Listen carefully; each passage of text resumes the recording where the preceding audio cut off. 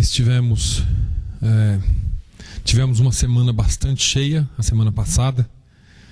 Estive na Igreja Conquistadores para Cristo na quinta-feira, à noite, ensinando a palavra de Deus, na ausência do pastor José Gabriel.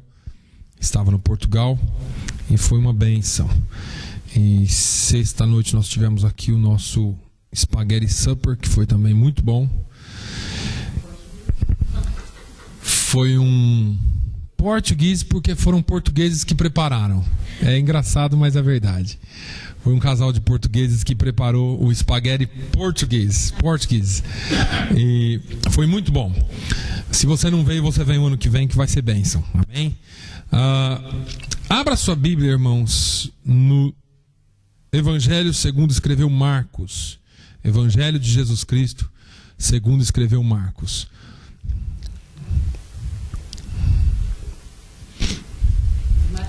Marcos, o evangelista Marcos, no capítulo 2.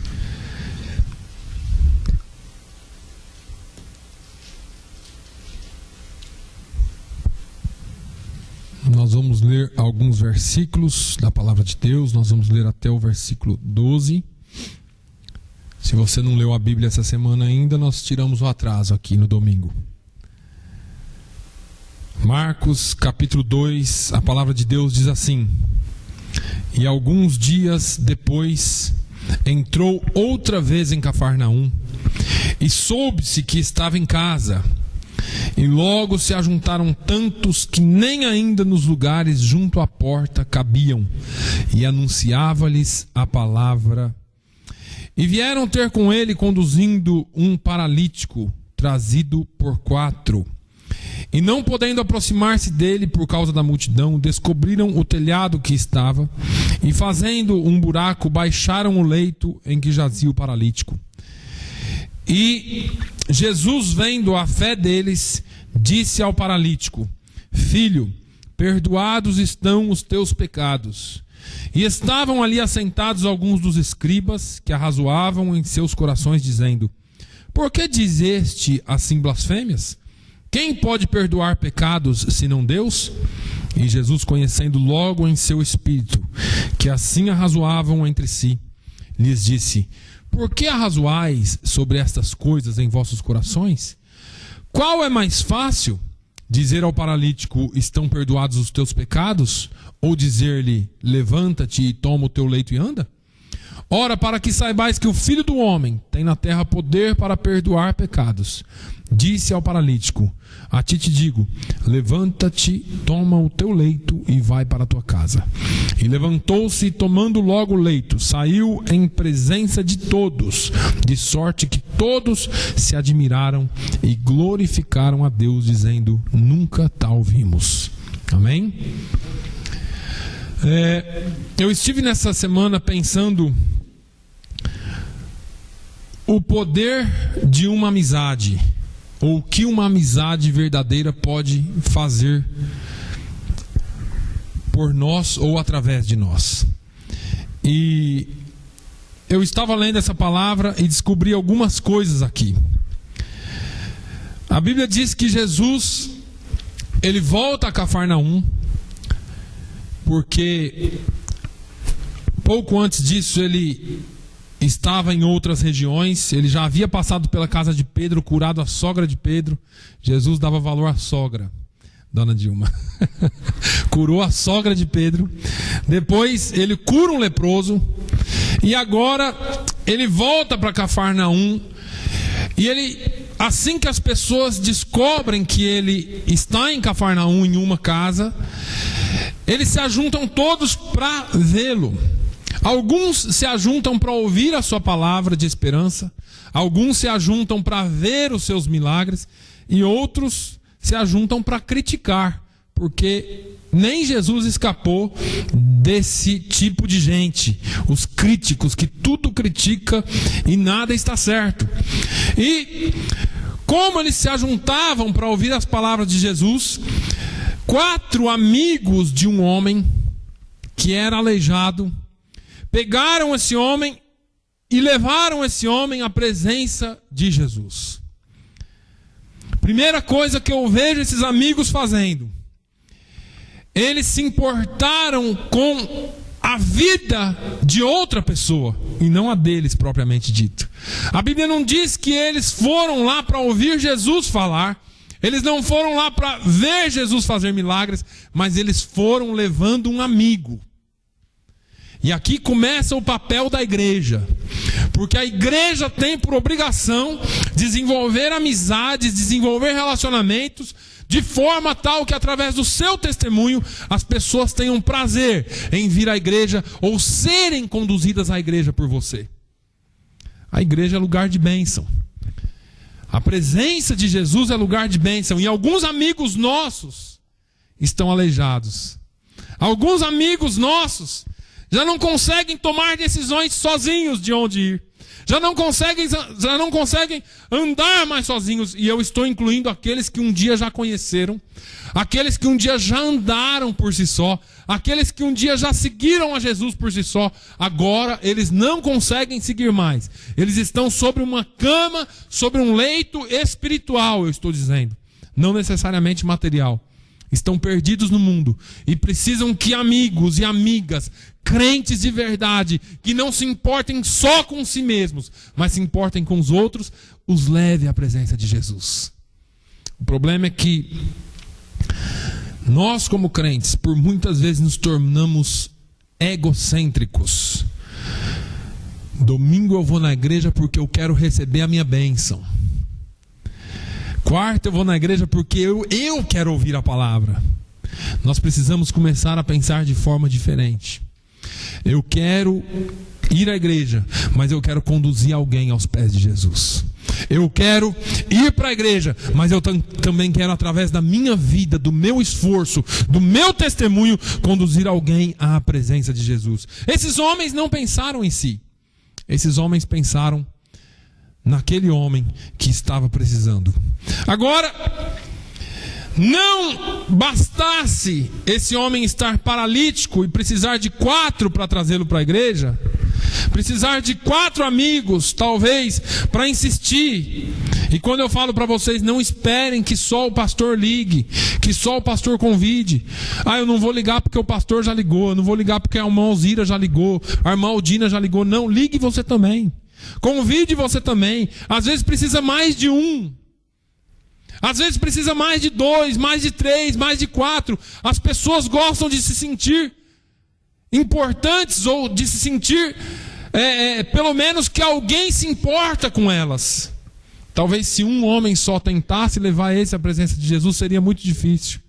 Mas em 4 ficou mais fácil. E às vezes eu ligo, você liga, eu chamo, você chama, outro convida, outro fala de Jesus, e parece que aquilo vai movendo a pessoa e chega um momento que ela diz, eu quero. E ela vai à presença de Jesus. Agora, eles chegaram à presença de Jesus, ou chegaram no lugar onde Jesus estava. Porque deixa eu falar uma coisa para vocês, irmãos, não basta trazer a igreja. Esses homens, eles podiam ter desistido no primeiro instante. Não basta trazer a igreja, entenda isso. E não basta você levar esse moço ou essa moça para o meio da multidão. Porque a multidão algumas vezes vai te impedir de chegar até Jesus. A Bíblia mostra muito bem isso por muitas vezes. Quantas vezes algumas pessoas tiveram que romper a multidão para chegar até Jesus. Esses homens, eles chegaram até onde Jesus estava, mas a multidão era tão grande que eles não podiam alcançar Jesus. E aí, deram um tapinha nas costas do paralítico e falaram, bom, nós até que tentamos, mas não vai ser dessa vez. Quantas vezes nós desistimos logo no primeiro convite? Quer saber, eu não chamo mais, ele não veio, ela não veio, esse aí não tem jeito. Quantas vezes nós desistimos logo na primeira vez? Agora esses homens, versículo 4 diz que, e não podendo aproximar-se dele, por causa da multidão. Como eu disse, muitas vezes a multidão atrapalha. Muitas vezes você pensa que levar num ajuntamento muito grande de pessoas vai adiantar. Não é o ajuntamento muito grande de pessoas que adianta, é quem está lá. Descobriram o telhado onde estava e, fazendo um buraco, baixaram o leito em que jazia o paralítico. Eu fiquei tentando imaginar o esforço que esses homens fizeram, porque eles tiveram que descobrir o telhado, tiveram que fazer um buraco grande, porque tinha que passar um corpo, e tiveram que subir esse corpo para cima da casa, com licença, e não era alguém andando, era alguém carregado. Depois levaram essa pessoa até o telhado para descer na presença de Jesus. Mostra um profundo grau de comprometimento com a salvação dessa alma. A igreja está faltando um profundo grau de comprometimento para ganhar almas para Jesus. Nós estamos, como eu disse, interessados em nós mesmos. Nós sabemos que nós somos salvos, então acabou. Mas precisa de um pouco mais de comprometimento. Precisa de um pouco mais de esforço da nossa parte. Precisa de um pouco mais de ajuda da nossa parte. Precisa de um pouco mais de empenho da nossa parte. Quantas vezes nós deixamos de fazer ou criticamos as pessoas? Algumas pessoas realmente não querem saber, outras pessoas não têm força, outras pessoas não têm como se achegar, a não ser que alguém empurre, a não ser que alguém se coloque em risco por ela, a não ser que haja alguém que esteja disposto a ir a campo e se arriscar por ela. Arriscar talvez a vida, talvez o ministério, talvez a aparência, talvez um momento de descanso, mas fazer alguma coisa por alguém. Algumas vezes nós deixamos simplesmente de fazer porque está muito difícil. Aquele ali, como eu disse, não tem mais jeito. Ele sabe o que fazer, ela sabe o que fazer, e muitas vezes até sabe, só que está paralisado e não tem como fazer. Esses homens, eles levaram esse homem à presença de Jesus. Quando não tinha mais o que fazer, eles arrumaram um jeito de descer esse paralítico na presença de Deus. Não tem gente que não existe outro jeito, tem que trazer na presença de Jesus. E tem gente que não tem outro jeito a não ser você arriscar algumas coisas da sua vida, mas trazê-los à presença de Jesus. Agora é interessante que a gente fala assim: esse moço, essa moça, essa pessoa não tem fé. Nós estamos tentando de tudo para fazer e ele não tem fé, ela não tem fé. Olha o que o versículo 5 diz: e Jesus, vendo a fé deles, não dele. Jesus, vendo a fé dos homens que estavam ajudando, disse ao paralítico: filho, perdoados estão os teus pecados. É interessante que às vezes a gente faz uma parte do esforço e depois nós nos escoramos em algumas desculpas, dizendo: mas ele não teve fé, é a pessoa que não quer, é a pessoa que não adianta. Mas Jesus trabalha na vida dos outros através da sua vida também. Eu li uma frase dizendo que as pessoas podem te ignorar, podem falar mal de você e não querer te ouvir, mas elas não podem fazer nada contra a sua oração. Nada, porque a sua oração não é feita para homem, a sua oração é feita para Deus. E quando você usa o poder da oração, e quando você usa o poder da insistência, da persistência, quando você tenta de qualquer forma trazer ou arrastar alguém, não para a igreja, irmãos, porque não é a igreja em si que salva, mas é a palavra de Deus que limpa o homem e traz salvação. Quando a pessoa vem e ouve Jesus, Jesus muitas vezes não vai nem olhar para aquela pessoa em si, ele vai olhar para o esforço daqueles que oraram, que jejuaram, que fizeram alguma coisa a mais para que aquela pessoa fosse salva. A igreja está faltando muito ainda em visita, faltando muito ainda em oração, faltando muito ainda em se importar com o próximo, que foi o que mais Jesus fez. Esses homens aqui não aparece nome deles, não aparece nada na Bíblia. Só diz que são 4 amigos. E eles nunca mais são citados na Bíblia, a não ser nesse e mais 1 ou 2 evangelhos. Eles não são mais citados, ninguém sabe quem são, mas eles foram um papel importante na salvação de um homem. Agora o interessante é que Jesus viu a fé deles e não a fé do paralítico. E por causa da fé deles, Jesus perdoou o paralítico. E agora aqui começa a parte mais interessante da história. Porque eles fizeram um esforço para levar esse homem à presença de Jesus, esperando que Jesus curasse esse homem. E aqui vem o segredo da salvação. Aqui vem o segredo do ser e do ter. Porque você e eu, nós temos o péssimo hábito de querer ver as coisas acontecerem. E Jesus, ele se importa muito mais com o interior do que com o exterior. Às vezes nós queremos ver Jesus realizar milagres em nosso meio. Às vezes nós queremos ver Jesus realizar coisas que nós possamos pegar e apalpar. Mas Jesus está muito mais interessado com a sua salvação do que com aquilo que você pode ter como resultado disso, do encontro com Ele. O resultado do encontro com Jesus sempre tem que ser espiritual e eterno. Porque ainda que Ele tivesse curado esse homem primeiro, se Ele não tivesse perdoado os pecados, ele não seria salvo. Mas Jesus, Ele tem, em primeira instância, o desejo de te salvar. Em primeira instância, Jesus tem o desejo de mudar vidas, de perdoar os pecados.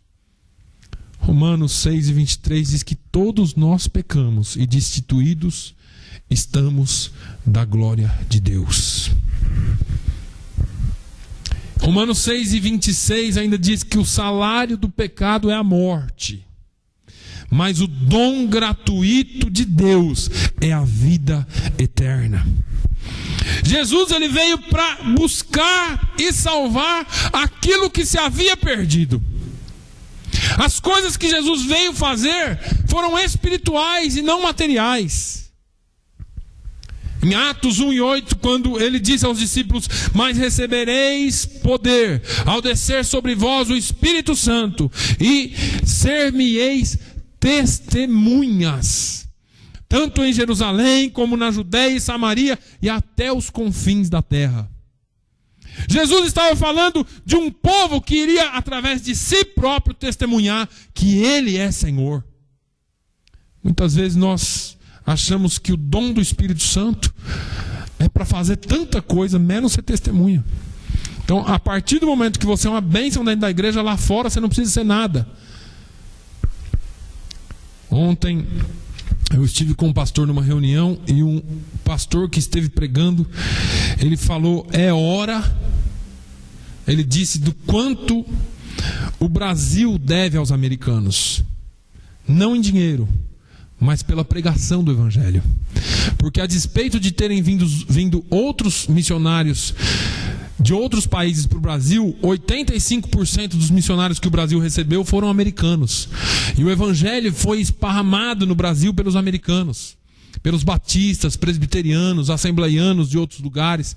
E a igreja se estendeu pelo Brasil em virtude de um investimento que teve da igreja americana.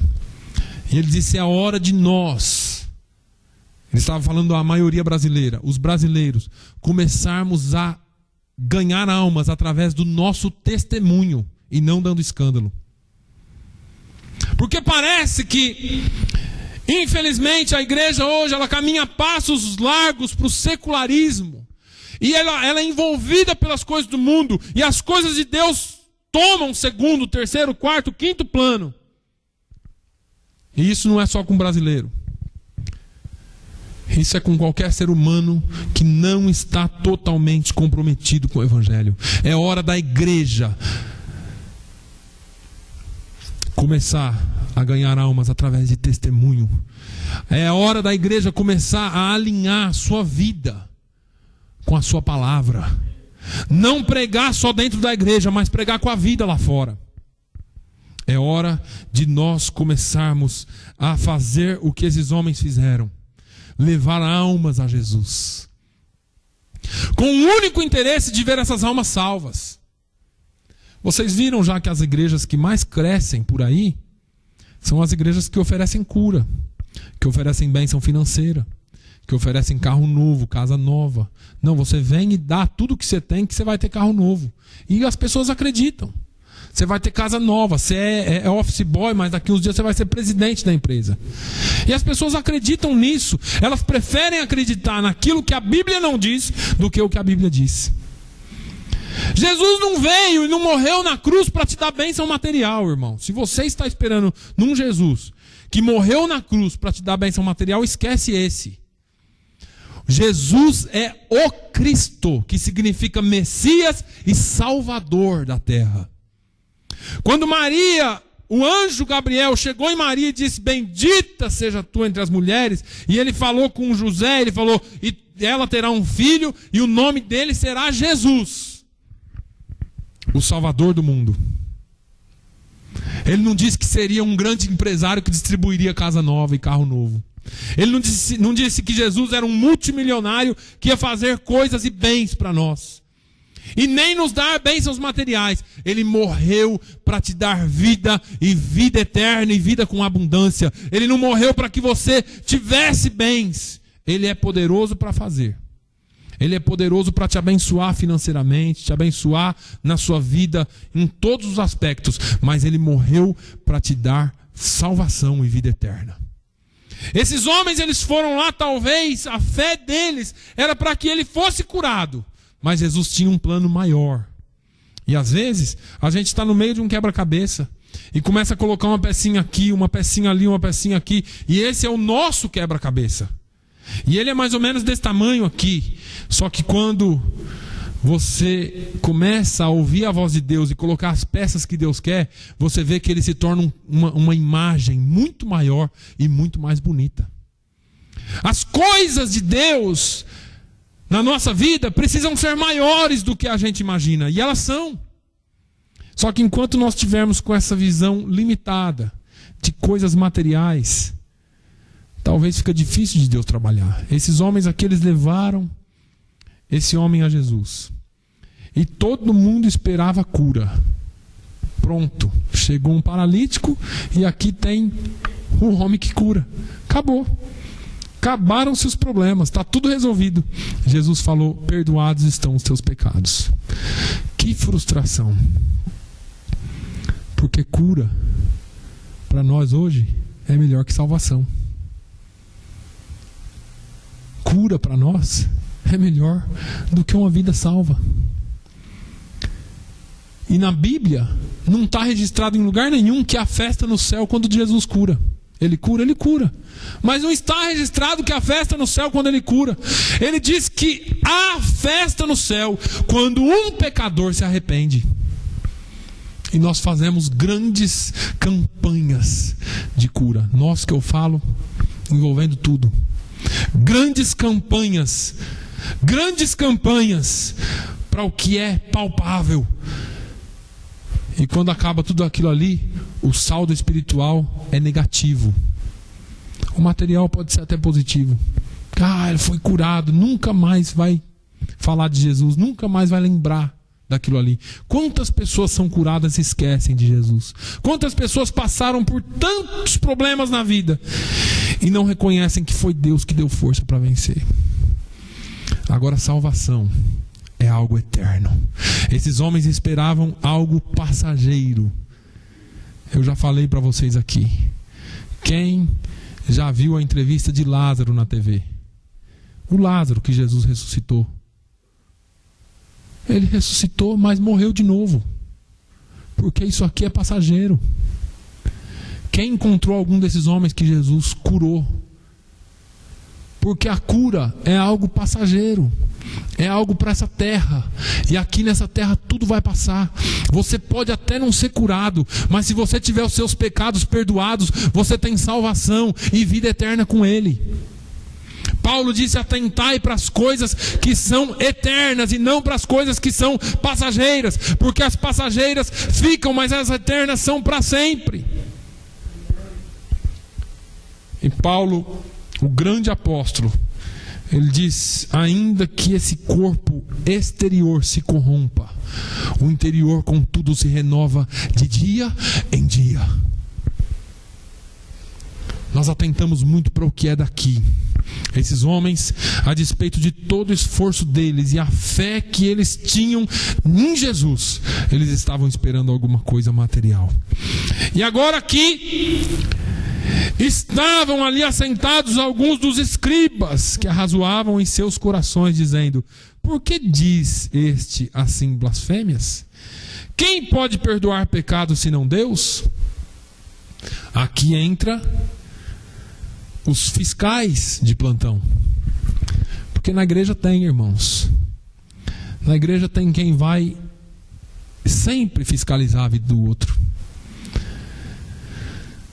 Em todos os lugares vão ter as pessoas que são mais religiosas do que espirituais. Cumprem suas obrigações religiosas, mas nunca cumpriram suas obrigações espirituais diante de Deus. Esses homens, eles eram os homens que escreviam a lei, os escribas. Eu já acho que mencionei para vocês aqui o ritual que era escrever a Torá. Cada vez que a Torá precisava ser reescrita, que são os 5 primeiros livros da Bíblia, o Pentateuco, um escriba era acionado para escrever a Torá. E cada vez que ele tinha que escrever o nome de Deus, ele escrevia, se prostrava, saía do local, tomava banho, tirava aquelas vestes e voltava de novo e continuava escrevendo. Se em um capítulo tivesse o nome de Deus 50 vezes, ele fazia isso 50 vezes. Porque era religioso. Porque Deus disse para não usar o nome dele em vão, como se escrever a palavra de Deus fosse usar em vão. E aí, eles tinham toda essa religiosidade, mas não conseguiam ver as coisas espirituais. Jesus entendeu o que eles estavam dizendo. Jesus, no seu espírito, conheceu o que eles arrazoavam entre si. E disse: por que arrazoais sobre estas coisas em vossos corações? Eu imagino Jesus dizendo assim: olha, vocês são tão carnais, talvez pensando, vocês são tão carnais, vocês não entendem nada das coisas de Deus, vocês não entendem nada das coisas espirituais. Por que vocês arrazoam essas coisas? Vocês não entenderam nada do que eu vim fazer na terra até hoje. E ele disse: qual é mais fácil? Perdoar pecados, dizer arrependei-vos, ou perdoados estão os teus pecados, ou então dizer-lhe: levanta-te, toma a tua cama, o teu leito e anda. O que é mais fácil dizer? Mas eles estavam presos só à lei, só à religião.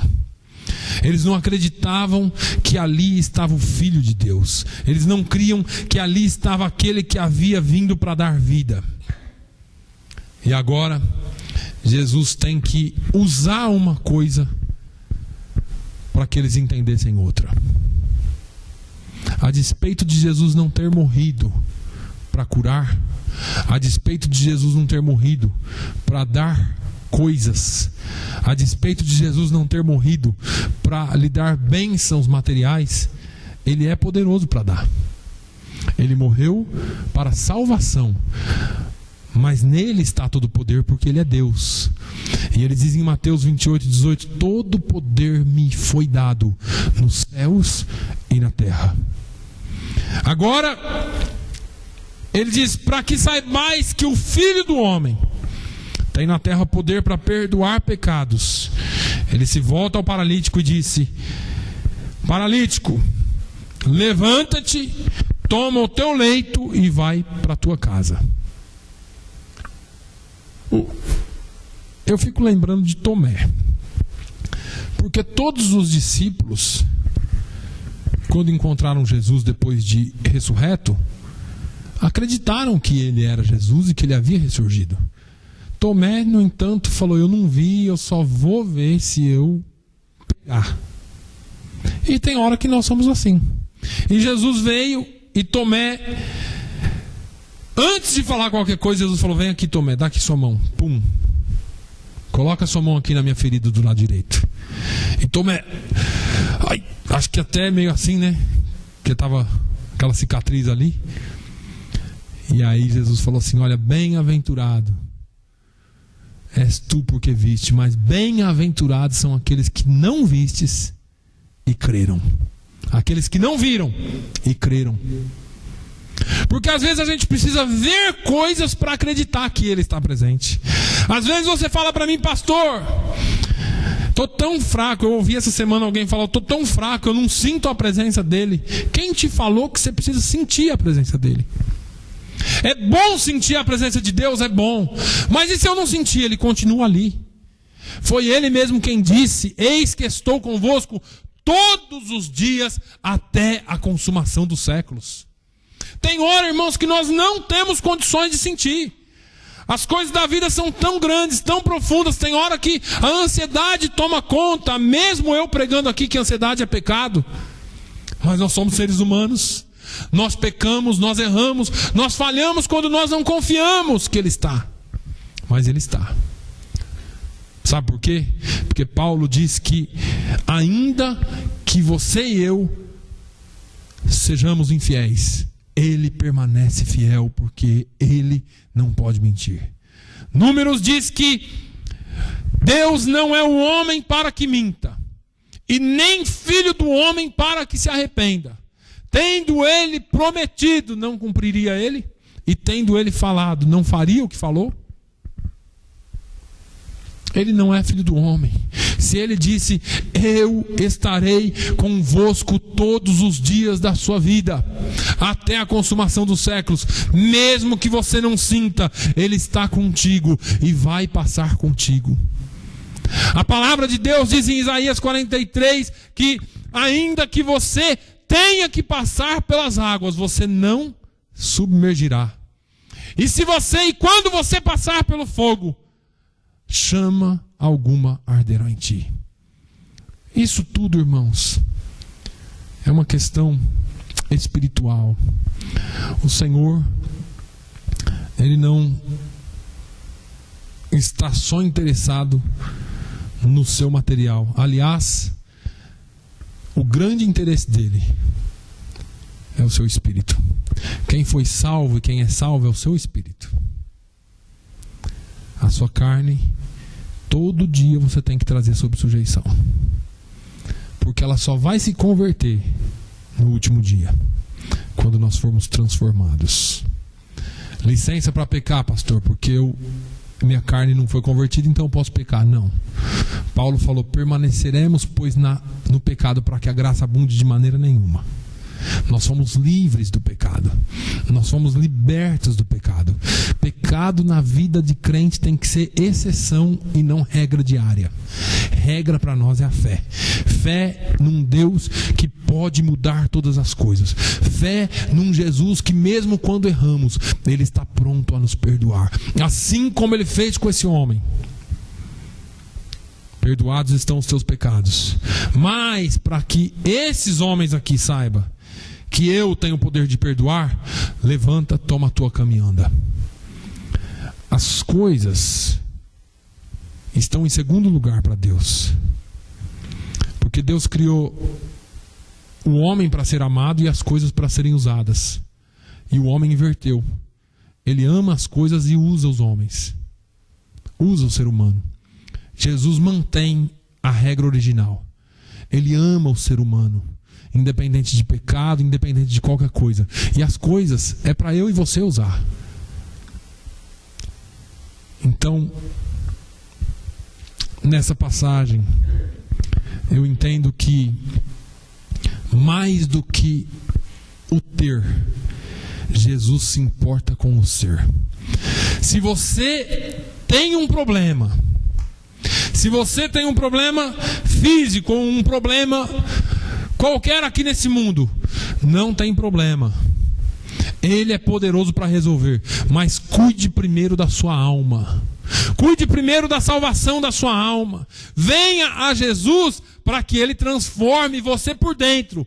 E se Ele quiser transformar por fora, o problema é dele. Se Ele não transformar, ainda que o homem exterior se corrompa, o interior, contudo, se renova de dia em dia. Ainda que eu morra dessa forma, ainda que eu não alcance aquilo que eu quis, ainda que eu não tenha a casa que eu queira, o carro que eu queira, ou a posição que eu queira, ainda que tudo se transtorne, eu tenho a minha salvação em Jesus. Eu tenho a minha salvação em Jesus. Aqui ou em qualquer lugar do mundo, eu tenho a minha salvação em Jesus. E ninguém pode me tirar. Guarda, pois, o que tem, para que ninguém tome a sua coroa. Guarda, pois, o que tem, para que ninguém tome a sua coroa. Amém? Feche os seus olhos. Pai, eu te louvo. Eu te louvo porque é a tua palavra. É o teu nome, Senhor. Esses homens entenderam, Senhor, a necessidade de levar esse paralítico até a ti. Quantos estão paralisados espiritualmente? Quantos estão precisando de uma força, de uma ajuda, de uma oração a mais, de uma visita a mais, de uma ligação a mais, de um esforcinho a mais da nossa parte, para trazermos essas pessoas a ti. Senhor, que a tua palavra seja semeada, que o teu nome seja bendito e glorificado através de nós. É tempo, Senhor, da tua igreja se levantar com ousadia. Nos tempos difíceis, é a sua igreja que vai sustentar. É a sua igreja que vai ficar de pé. Porque nós servimos a um Deus que é vivo e um Deus que é santo. Pai, eu te peço, usa as nossas vidas, mas usa-nos para impactarmos as outras vidas espiritualmente. Usa-nos através do serviço, usa-nos através do nosso testemunho, usa-nos através da nossa mordomia. Senhor, que nós aprendamos, ó Deus, cada dia mais a servir como esses homens serviram. Eles não foram lá buscar uma bênção para eles, mas eu tenho certeza que eles sairão abençoados. Eles não foram lá buscar algo pessoal ou material para eles, mas eles foram levando alguém à tua presença. Usa-nos para trazer pessoas à tua presença. Usa-nos para trazer pessoas para ouvir a tua palavra, porque é a tua palavra quem muda corações, é a tua palavra quem limpa, Senhor, do pecado. E é o teu Espírito que convence do pecado, da justiça e do juízo. Senhor, usa-nos, ó Pai, nas tuas mãos, que a tua igreja possa se fortalecer através dessa palavra e buscar, Senhor, ajudar mais e levar mais pessoas para ti. Senhor, dê-nos uma semana abençoada. Visita aqueles que estão precisando de um milagre, Senhor. Visita a casa da irmã Ana. Toca no coração dela, toca no pulmão dela, Senhor. Oh, meu Deus, cura no nome de Jesus. Nós pregamos aqui, Senhor, que o principal não é a cura, mas nós cremos que o Senhor é um Deus que cura. Nós pregamos aqui, Senhor, que o principal não são as bênçãos materiais, mas nós cremos que o Senhor é poderoso para fazê-lo também. Pai, visita, para que ela possa estar no nosso meio. Oh, meu Deus, abençoe também, Senhor, toca, meu Deus, na mão do irmão Manuel. Oh, Senhor, que o Senhor possa fazer um milagre na vida dele. Ele está na tua presença, Senhor. Faça um milagre na vida dele. Visita também a irmã Cindy, ó Pai. Que ela possa se fortalecer e estar aqui na sua presença, Senhor. Independente de estar aqui ou não. Que ela não se afaste da tua presença. Senhor, dê-nos uma semana abençoada. No nome de Jesus é que eu oro e agradeço. Que o amor de Deus, a graça do nosso Senhor e Salvador Jesus Cristo, a comunhão e a consolação do Espírito Santo seja sobre todo o povo de Deus, hoje e sempre. Todos digam amém.